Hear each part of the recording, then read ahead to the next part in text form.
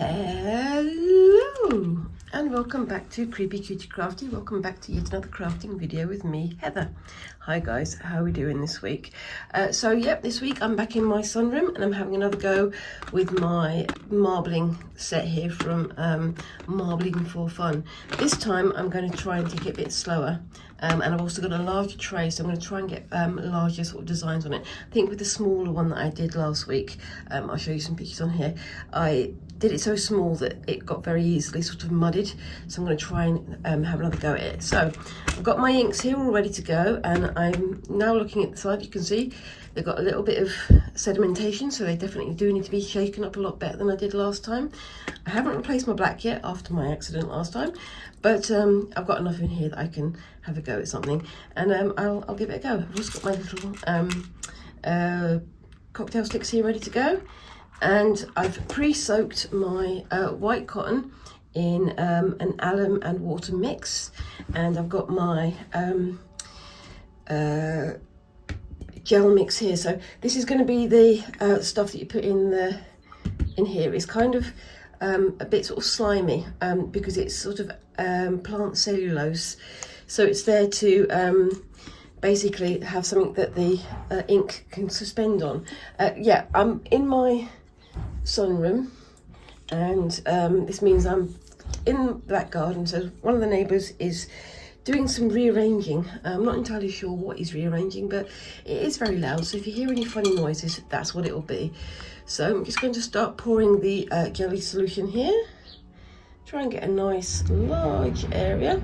Oh, there he goes again. Excuse the noise. And I can pour all of this solution, this is suspense solution, back in the jar at the end of the of my session. And I've got enough in my Marbling for Fun set that I can make another jar of suspension if I need to. Just bear with me 1 second. Okay, so I'm all set up. I've got all the stuff off my hands. Now, what I'm going to do this time is I've got my fabric on this side, and I've got some scraps of clean cotton here, and over here I've got a little sort of spray bottle that I got from the garden centre. What I'm going to do with that is I'm going to spray the items once they come out of the gel, just to see if I can clean off any sort of scrabbly messes on things on them. I'm not entirely sure how I'm going to do it on top of here, but we'll work it out. So this time I'm going to start with the black, because I didn't get to use it very much last week, and we'll see how we go with that. So, oops, 1, 2, 3. Don't know why I'm counting them, but I think having the shallower tray is going to make a difference as well. So this should be fun.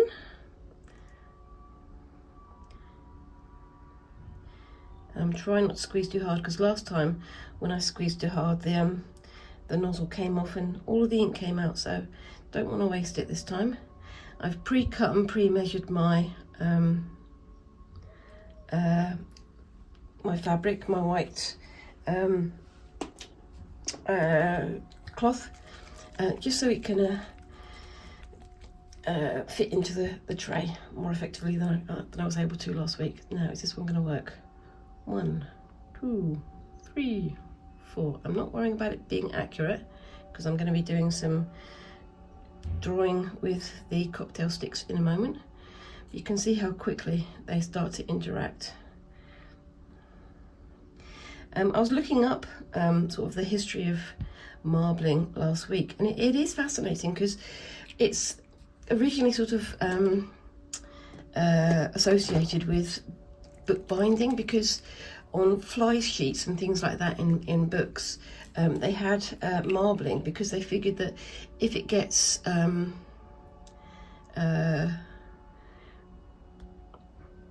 damaged or scratched from opening and closing a book, then it won't be as visible, because the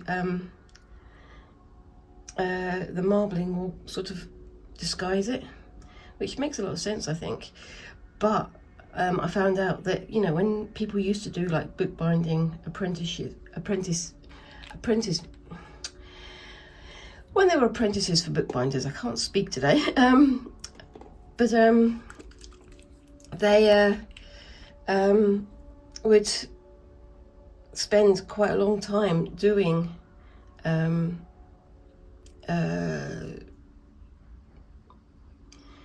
marbling courses, so they could make the right kinds of marbling for the books.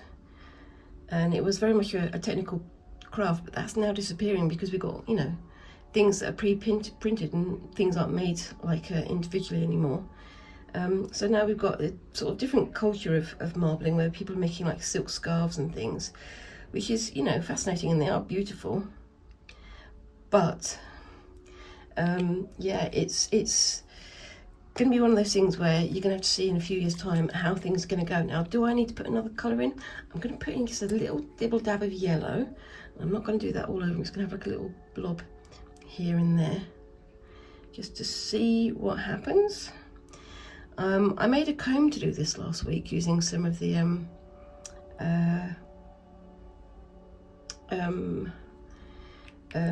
cocktail sticks and a piece of wood, but it fell apart because it's just cocktail sticks and a piece of wood. So we'll just see how this one looks. Let's see how we go. And I can see that the black is trying to sink a little bit, so just trying to be a bit careful about it. Just see how we go. So just using a back and forth motion. I'm going to wipe that over here, and then I'm going to do the same going in the other direction. Let's see how this looks.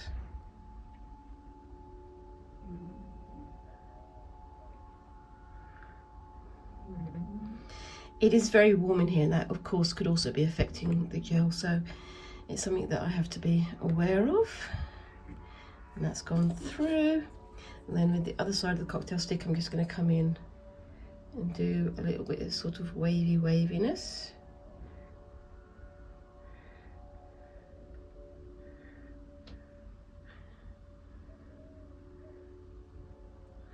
There we go.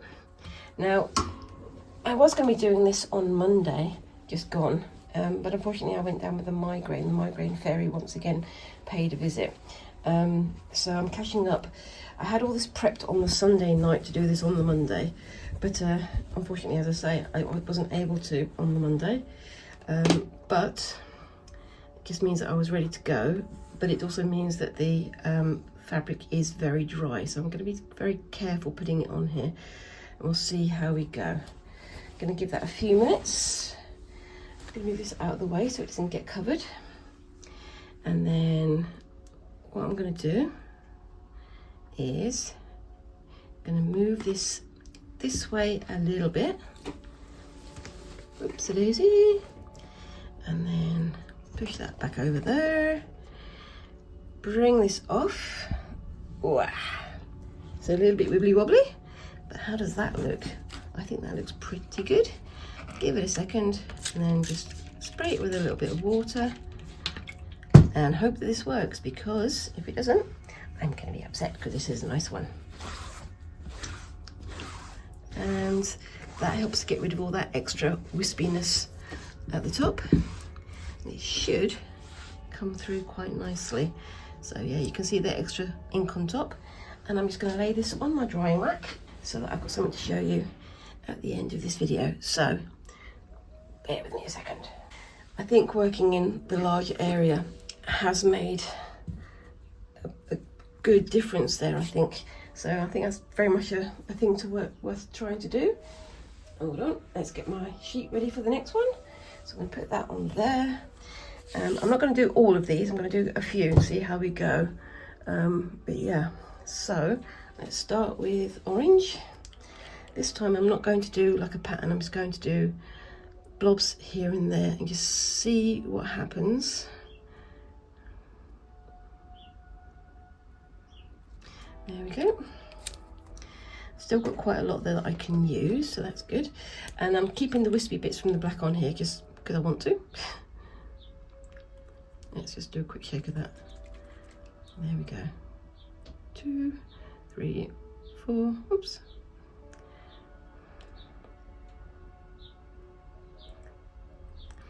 There we go. Some of these were squirting out last week, so I'm trying to be careful not to let them squirt too much. A bit more yellow.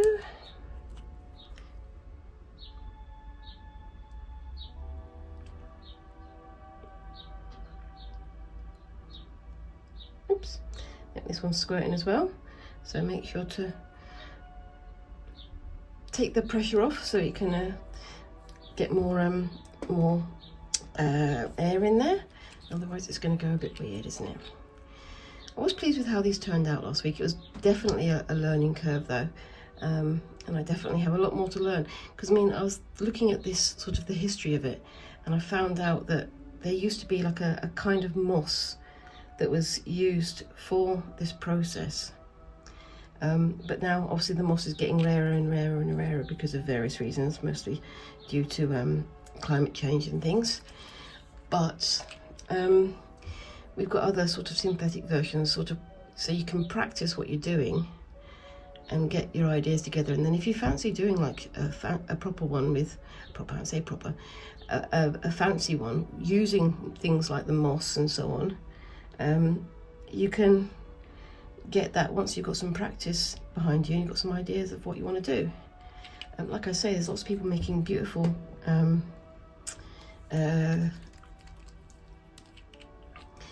silk scarves and things. I've seen a lot of people do that online, and that's definitely something I would like to try in future.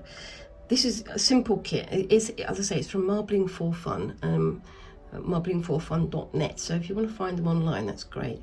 And my usual way of doing things is start with a kit, get some ideas together, and then think about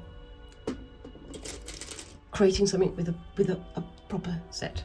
Anyway, so let's see what we can do here. I'm just going to do sort of swirly whirlies and go around until it looks like it's possibly done.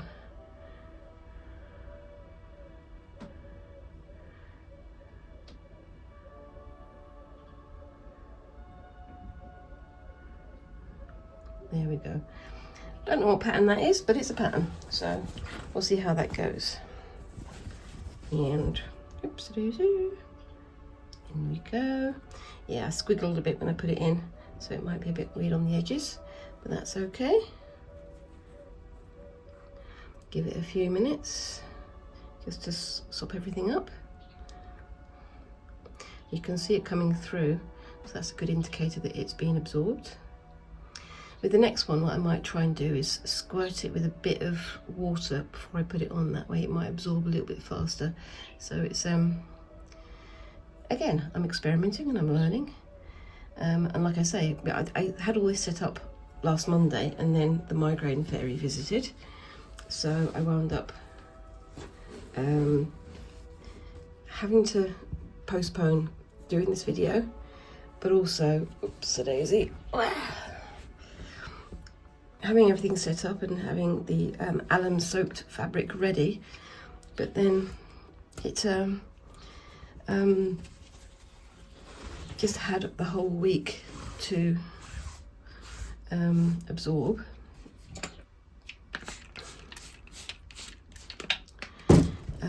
And it's the sheets are now a bit dry, so maybe that's affecting it, but I will find out how that works when we get to the end.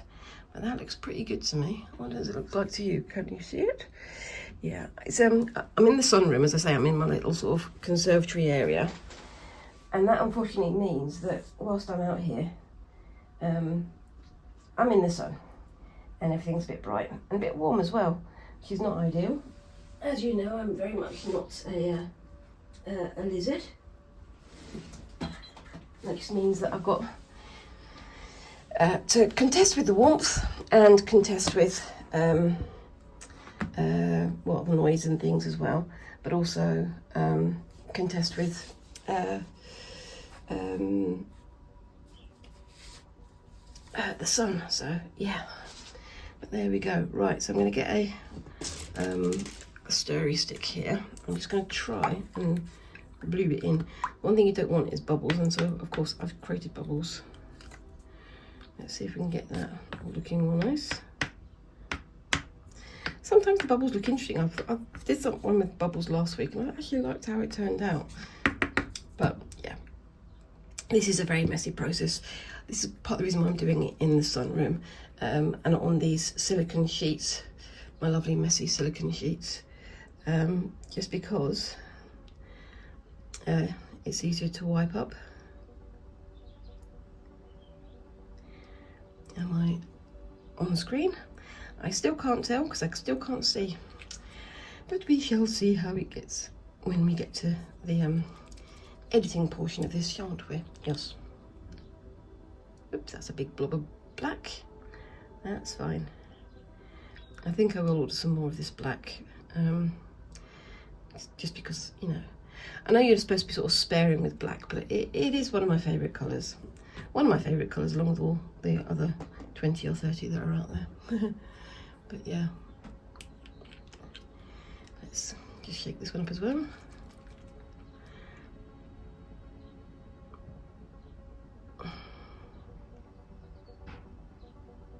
I'm going to go for the darker colours this time just to see how it turns out. I'm going to add a bit of red. Again, randomising it.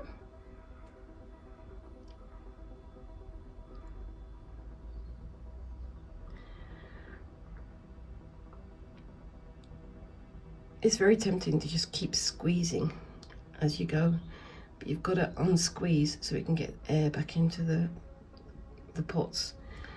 Otherwise it's going to wind up just going splat, and that's not what you want, as I proved last week. And finally, should I do some green? No, I won't do any green. I'm going to keep it as that and get one of my cocktail sticks, and I'm just going to do a long swirly sort of almost figure of eights.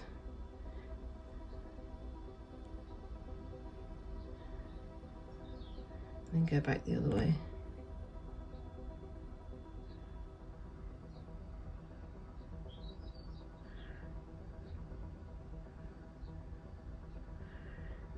It's one of those things you kind of stop when you think it's done and you just hope that it looks decent when you come off. I am liking the process though. I do really like this process. Even with the banging and bumping that's going on next door. Anyway, there we go. And drop. Yeah, you can see when I drop it, it wiggles, so that might be where you're getting some of those ripple effects on there. But that's fine. Again, I am learning. I think I'll do one more after this one, and then that will be all done for today. But it looks interesting, and I'm wondering how this will work if I do some like embroidery, do maybe some beading. I think that could be quite an effective one. I said I was going to spray this with water before I started, didn't I? And I didn't, because I completely forgot what I said 2 minutes ago. But we shall see how we go with that one. I will remember that this time, hopefully. If I forget, feel free to laugh at me in the comments. There we go. Yeah, you can see we've got these little sort of wiggly lines here. That's where it's, when I put it on, it's not catching it quite at the right angle. But, you know, that's just how it is, isn't it? I can survive, and I know that you guys can too. So, just bear with me a second. And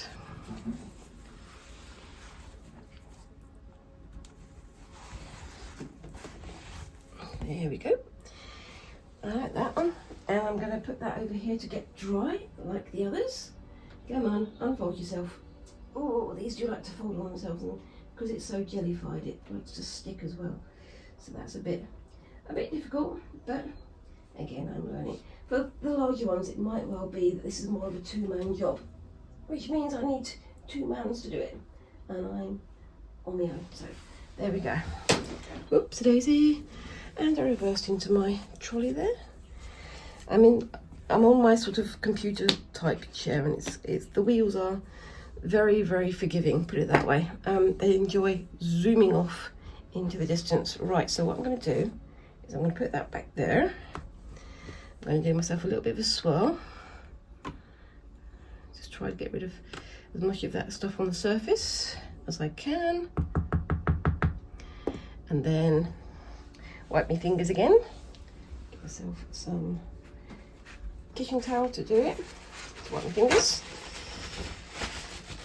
Like I say, it's very slimy, so it likes to stick to your hands. So, you know. And this one, I'm going to put my spray bottle there. So I'll remember to do it next time, possibly.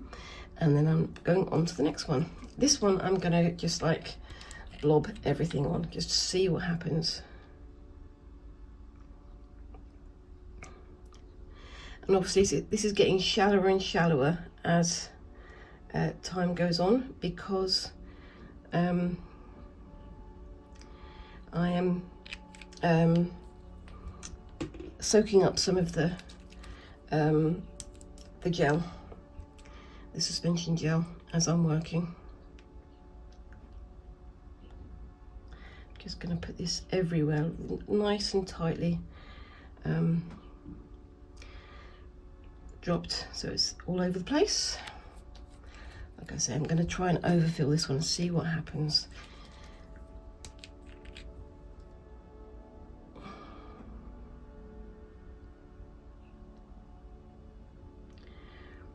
I'm probably going to need to replace the gel after this one, so it doesn't matter if it comes out mucky. That's okay.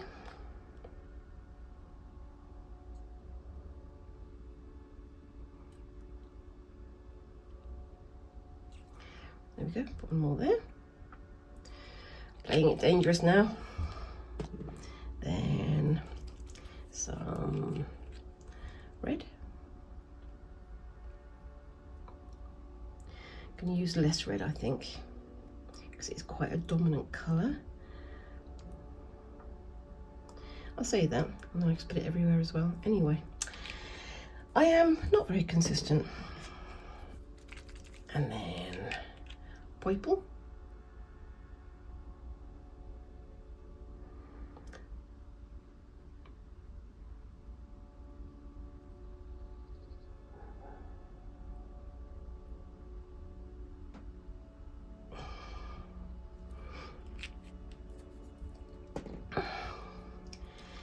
A little bit of blue. I'm going to try to get this one between areas this time.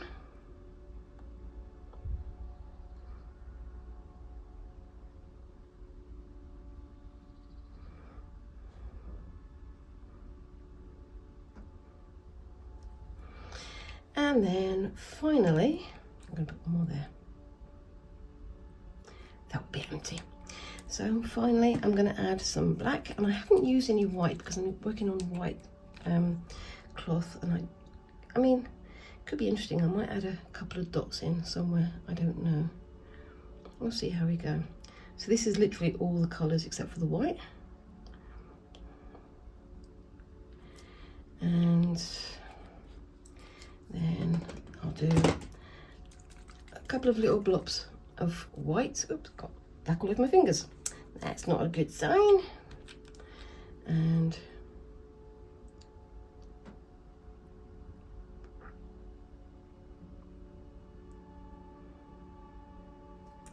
that'll do. Then clean your fingers and cocktail stick.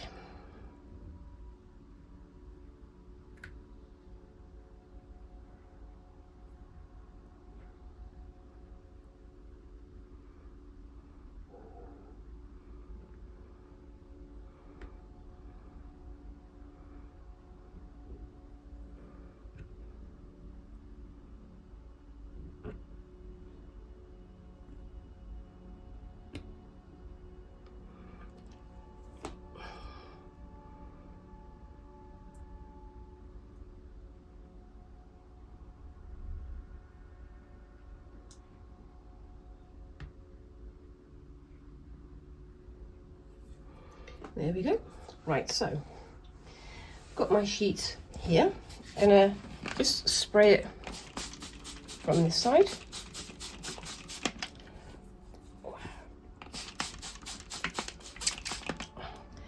And see if I can just soak that up a little bit. There we go, it's a little bit more damp. That's okay. And then let's see what we can do. Just gonna drop it on. There you go. It absorbed much, much faster that time. You saw that. Oh, let's get that. See, the areas where I didn't get it wet are not absorbing quite so much. Maybe if I do a little bit of that, maybe that will help it. It does seem to be. That's working quite nicely. And you've got a few of those like wibbly wobbly lines that are going on there. How are we doing on time? Oh, I'm nearly done for my half hour. I thought I wasn't going to have half an hour's worth to talk about, but apparently I have, which is a good sign. Going to move this back over here for the last time. Give myself a little bit of a wipe here because it's got a bit mucky.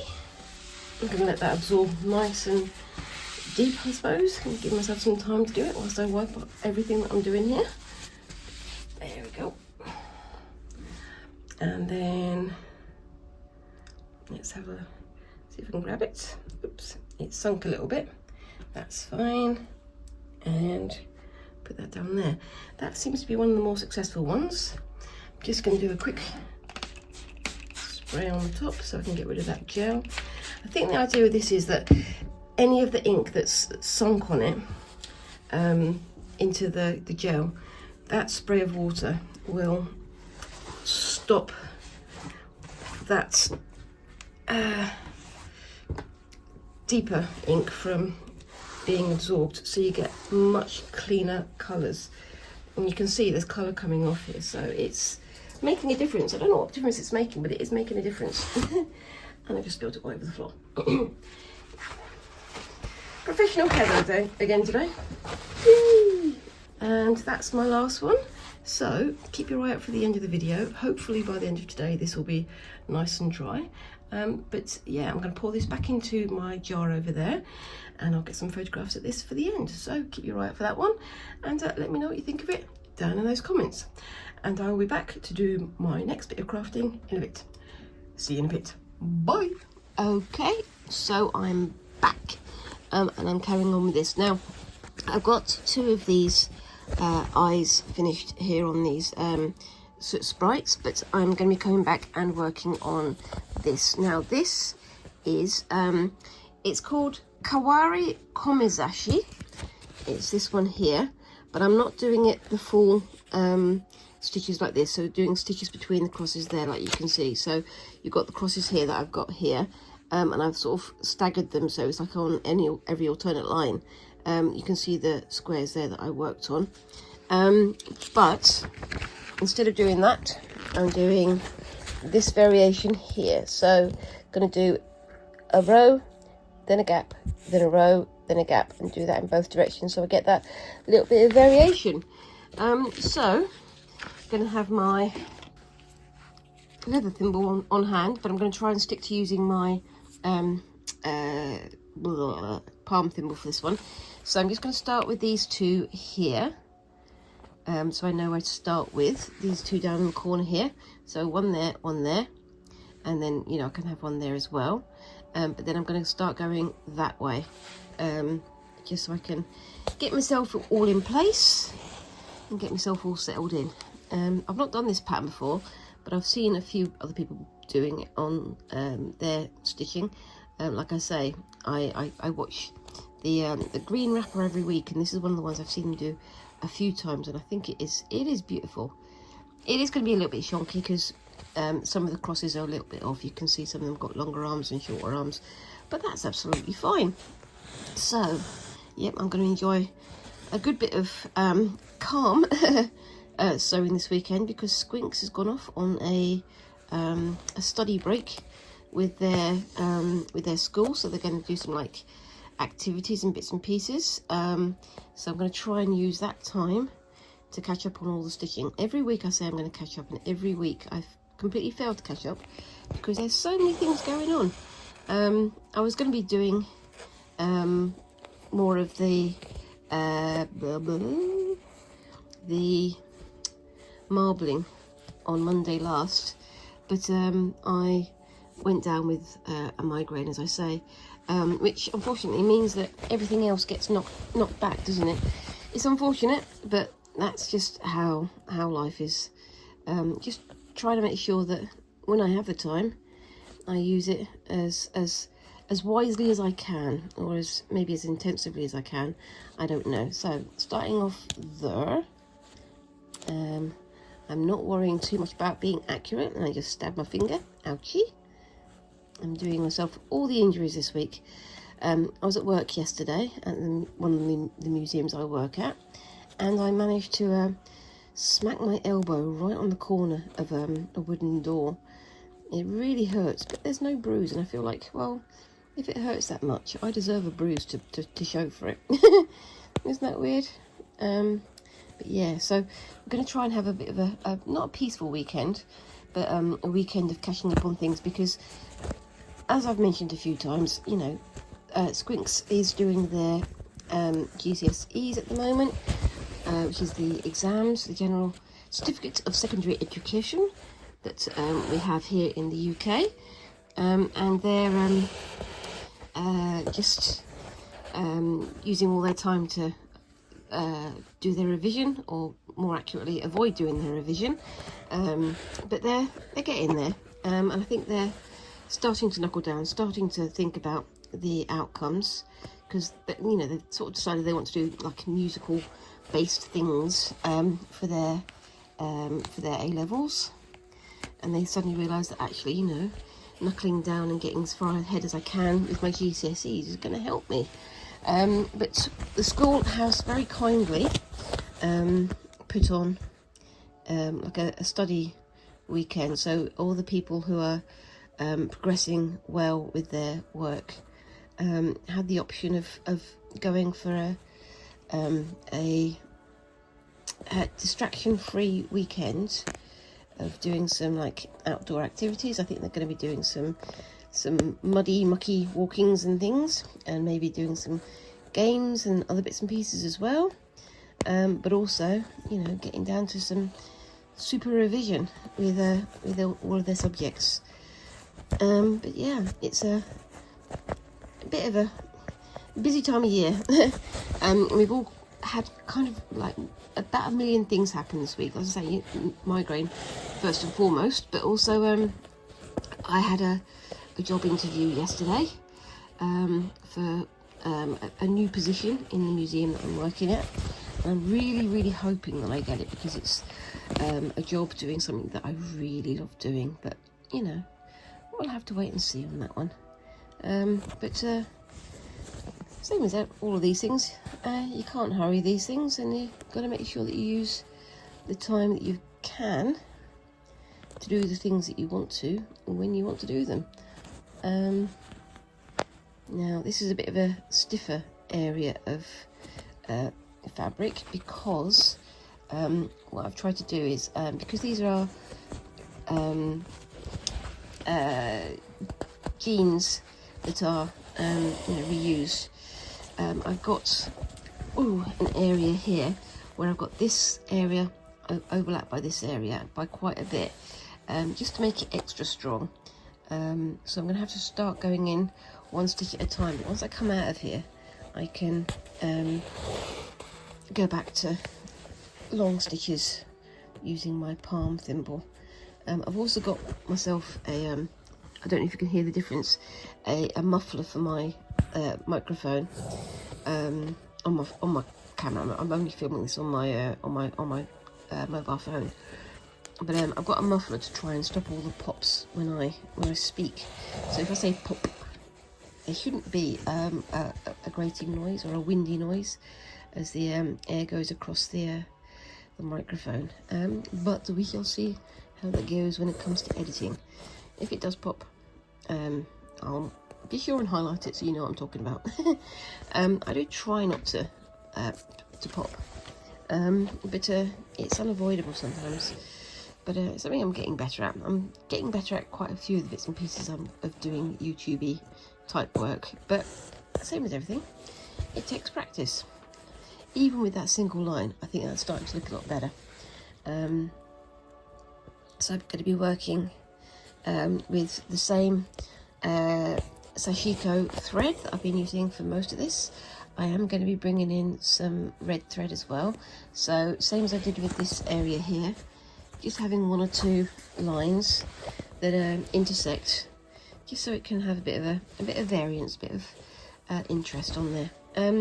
If you're new here, just to explain, this is me trying some Sashiko stitching patterns and techniques using old jeans, and I'm going to turn this hopefully into a handbag that I can use after it's all finished and done.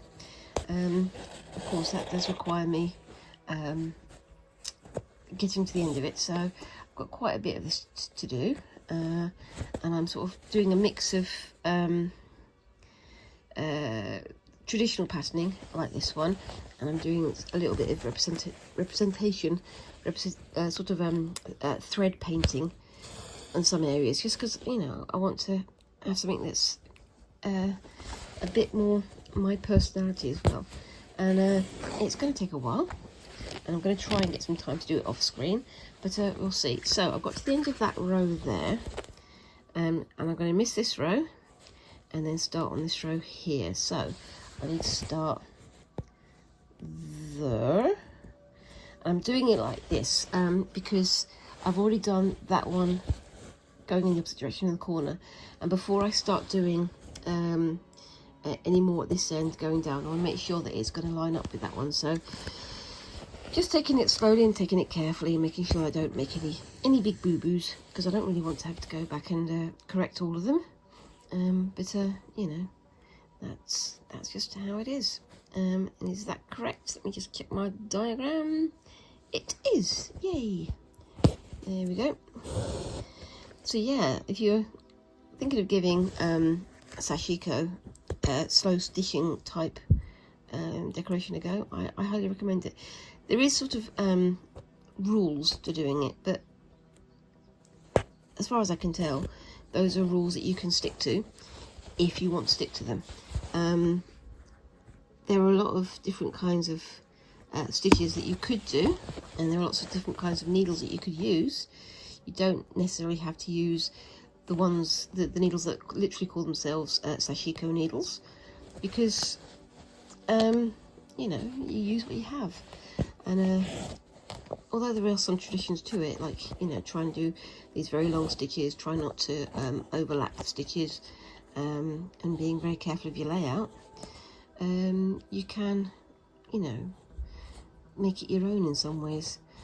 And that's why when I'm doing this, I don't say I'm doing Sashiko, I'm saying I'm doing Sashiko style, because I know that my technique probably isn't the correct way of doing it. If I was to do the correct way of doing it, you know, I would more heavily highlight that, I think. But I'm trying to do with respect to the original craft. So, you know, it's one of those things where you've got to be sensible about it, but you've also got to be willing to recognise that if you're not an expert, you've got to defer to the experts, I suppose. And again, like I say, for me, one of the experts I definitely defer to is the Green Rapper, who's a textile artist here on YouTube, and they do a lot of sort of Sashiko stitching style work, and very much worth a look. And I know I refer to them every week, but I really do highly rate their videos, so it's very much worth having a look at. But yes, it's I really do enjoy it, and it's one of those things where, you know, I've done work like this, and I've done work like the black work and all these kinds of counter stitches and measured stitches and things, and I really like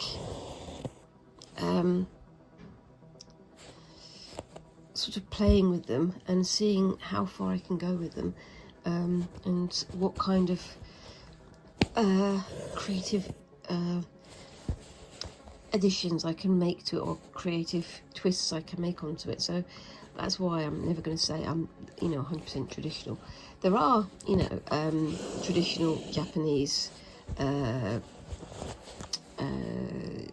Sashiko designs that are representative rather than just pattern making, but again, they are absolutely gorgeous, beautiful pieces that we use for things like making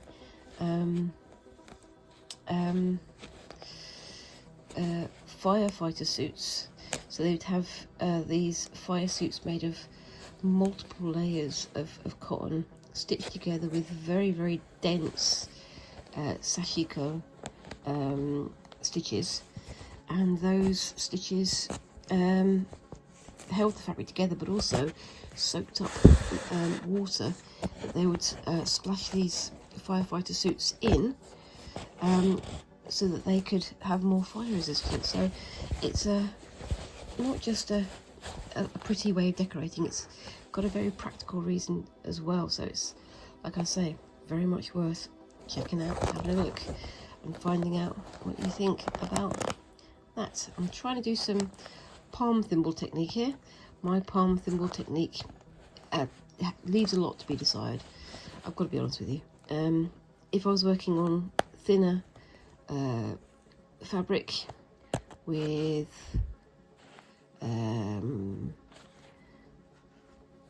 smaller space to stitch, I might do a little bit better, but I'm getting used to it. It's again a useful technique to have, but also something that takes time to learn. It's like, you know, if you're a stitcher in the Western style, you get used to having thimbles on your fingers, don't you, and things like that. So it's yeah, it's an interesting process. This thread is thick and it's also slightly rough, which means it catches a lot more, but also it means that the end does fray as you're working. So I'm having to be careful. And what I'm doing, once I've pulled it through, I try to pull it back out like that. You can see where this row is a little bit tight, so I've stretched it out a little bit. That's why I leave like a little bit of extra on the end when I change rows, so that it can reduce that amount of puckering and things.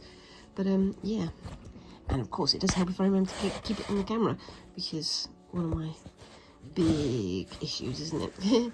Anybody who's been with me for a while knows I keep going off camera because I keep trying to put it closer to my face, which is not helpful to anybody. But you know, if it wasn't me, I wouldn't be sharing my videos as me, would I? Ow, straight into my finger, ouchie. But there we go. Yeah, I'm doing this on my lap just because it's more comfortable. I've pulled a muscle in my back again, so I'm trying to make sure I'm doing things in such a way that I don't wind up injuring myself even more, because that would not be good. So I've come in here. I've already got this row here. I'm missing this row, and then I'm going to start on this row here. So if I start there, and I'm trying to get it so that these lines are in line with each of these corners here, so like there's almost an invisible line there that I'm following. So yes, going to the end there, and then to there,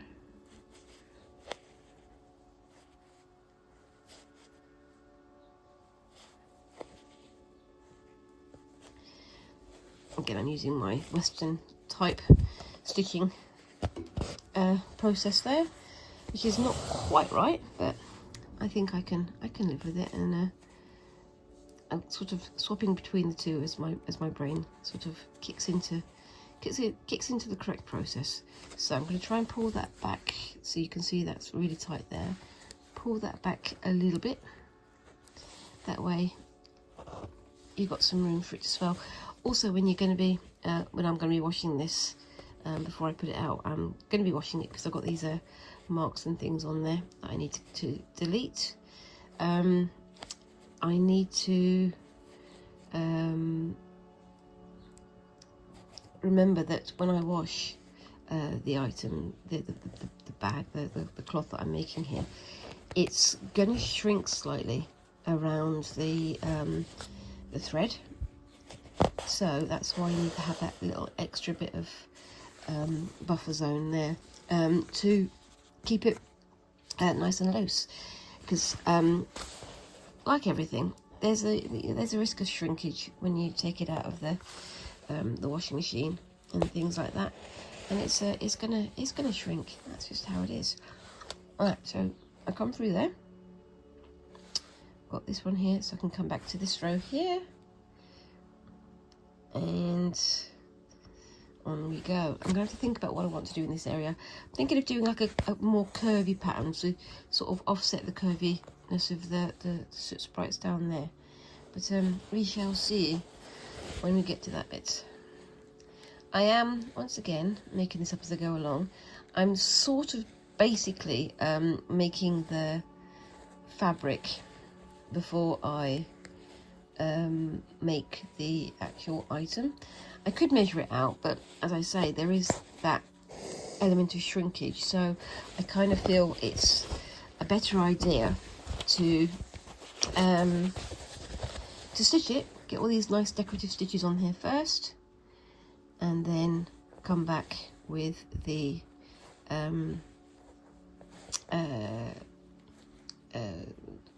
washing, and then size the fabric for the purpose for the bag that I'm making. So yeah, right, so just you can see here that this is, as I say, from an old pair of jeans, and this is the knee of the jean here. You can see this area of fraying.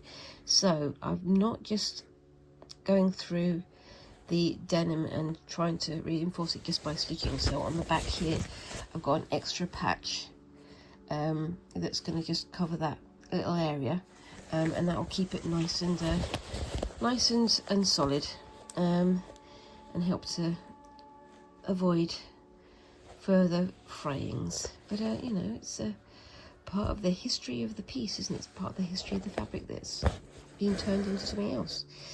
It's not that I'm honouring that, I'm just recognising that and bringing it into the design as a whole.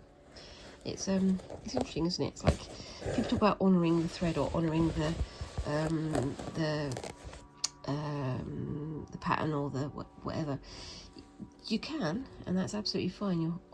You know, looking at the history of the actual garment itself, but you've also got to be aware that a tear is going to possibly be a weak point, and you want to make sure that you reinforce it somehow. It was funny, this morning I went to a charity shop, and there was some very tastefully torn at the knee jeans, and I was thinking, you know, there's a lot of people who like that sort of torn, distressed look, which is absolutely fine, personal taste and all that, but you've also got people like me who go in and think, I could patch that up, I could make that look new, but then that might make it less fashionable or something. I don't know. We shall see what happens with stuff like that. What do you guys do? Do you go to charity shops and then think, well, I can fix this, but the thing that you're thinking of fixing isn't actually broken, it's just fashionable. I mean, I know a lot of people, myself included, who we buy like old jeans and things because it's a nice way to get fabric, or it's a nice way to get materials for things that we're doing. But when we buy new jeans, I tend to buy jeans that aren't torn or aren't stone washed or fade, because I know it's not a particularly eco-friendly thing to purchase. But I know that the item of clothing that I'm wearing, I'm going to wear for a long time, so it's going to wind up getting that distressed look anyway. So, yeah, it's an odd one, isn't it? Pre-distressed clothes, they confuse me.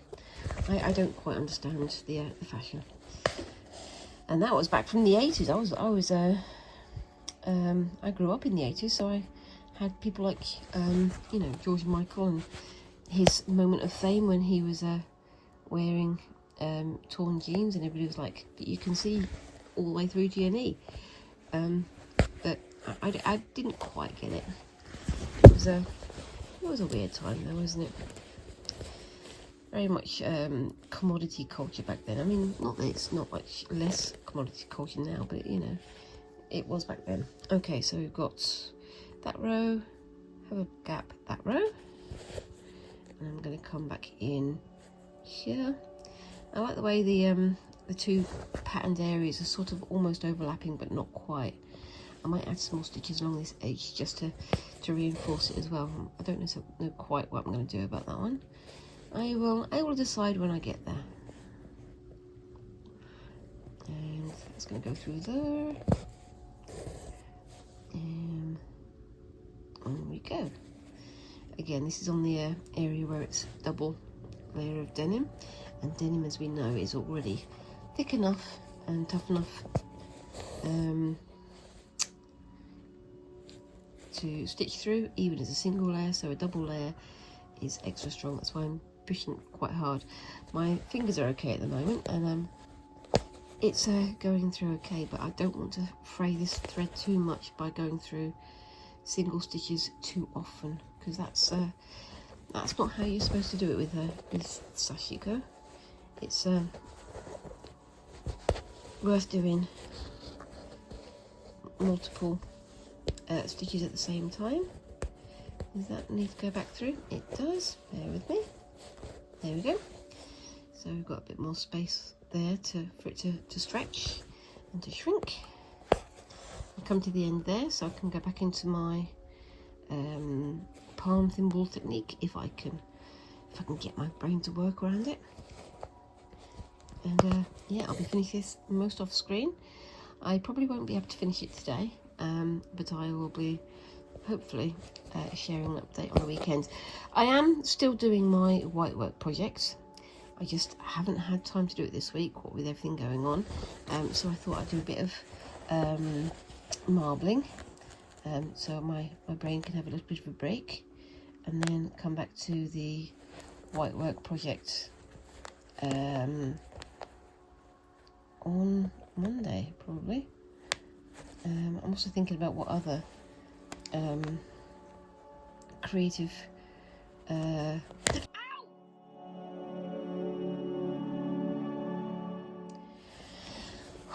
what other creative processes I can have a go at, but we'll see how that goes. Because like I say, I'm sort of keeping my fabric for Friday, but thinking about doing other more alternate creative processes. So things like sculpture, things like painting, drawing, going back to do the things that I like to do outside of my sewing practice, and just see what I can do, because I do enjoy sewing. I absolutely don't ever think that I decided that I don't want to do it anymore. I really do, but I want to also do other things because that's what I enjoy doing. It's par for the course, and it's what we all do, and you know, changing things up every so often isn't a bad thing. Right, so I go from that one, miss one, to that one. So I'm going to go to, where do I go? I'm going to go to there, I think. There? No, there. There we go. Don't know if you saw, but I just managed to put my needle straight through my nail into the skin underneath. So, ow. I will have to clean that up later. But yes, that's not fun. like I've said before, Sashiko needles are sharper than most of the other needles that I've used. So yeah, just be extra careful when you're using them. It's weird, isn't it? It's like you think that needles are sharp anyway. They are.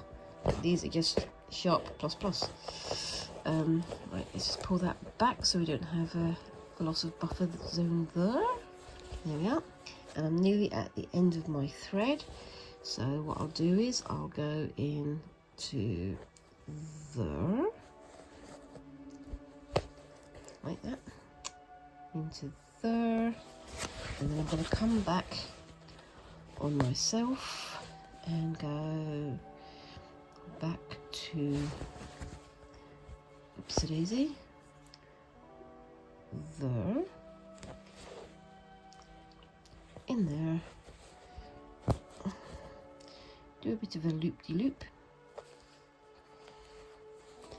and then back out, in there,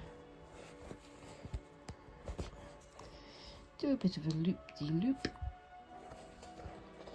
and back out, in there, do a loop-de-loop, and back out. And then I can turn it over, put it through, and just snip off the excess there, and that should hold itself down. So I'm now going to come in with my my needle threader. I like how that's looking already, don't you? And I'm going to put in my one bit of red thread. I was thinking of coming in with some green thread and things, but I wanted to try and stick to just one or two colours.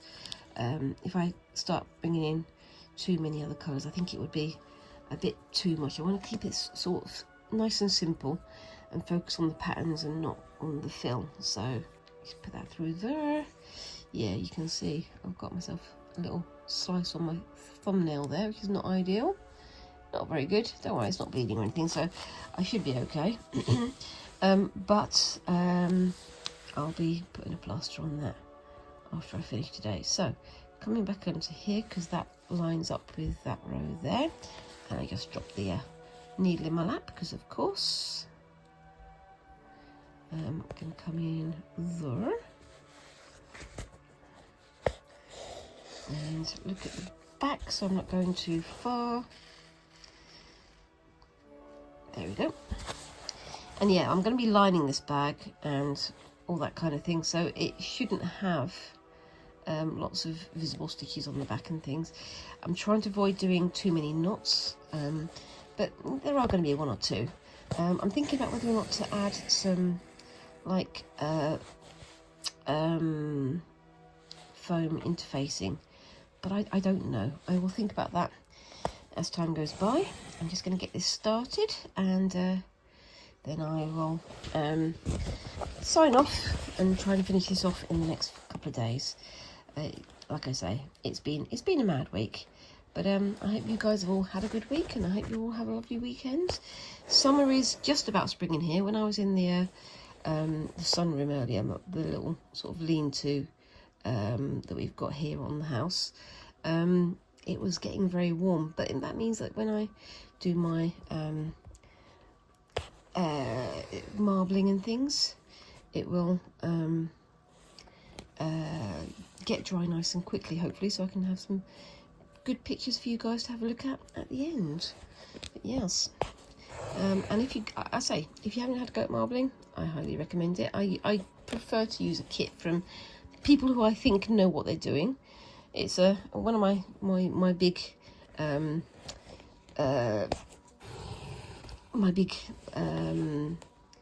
things. One of my personality traits is I always think that other people know better than I do, even if logically speaking they don't.